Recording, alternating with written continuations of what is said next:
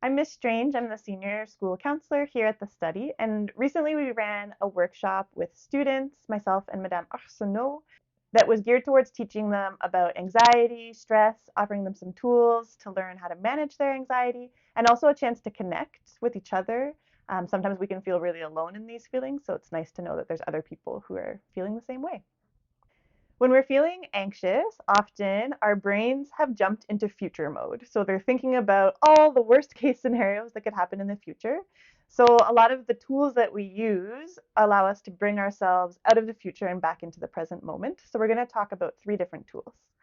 The first tool is called visualization.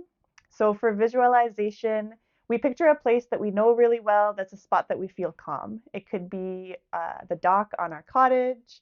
It could be a really nice beach that we've visited somewhere that makes us feel really, really relaxed.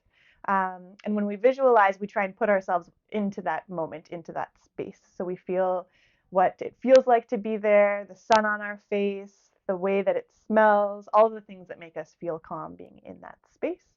Visualization is great because we can do it for 5 seconds or we can do it for a few minutes, depending on the amount of time we have and the context that we are in. The second tool is called challenging our negative thinking.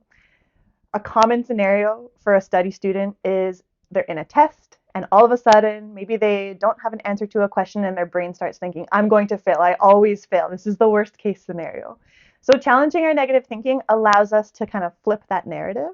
And it's best to use specific examples. So a student in this case might remind themselves of times where they've taken a test in that subject and they've done really well. They've had a positive experience with that. That can help shift the way that our brain is thinking and turn down the level of anxiety that we're experiencing. Our third tool is called grounding. This allows us to use our senses to get out of our heads and back into the present moment. Some really powerful senses to use are our sense of smell. So some people you can get bracelets where you can put drops of essential oils, and just having a moment to smell the smell of that essential oil can help us get out of our heads and into the moment. Taste is a really powerful one as well as touch. At home, some people will take a hot shower and then a cold shower. Those kinds of things just kind of shock our nervous system, get us right back into the present moment and out of the thoughts that are in the future.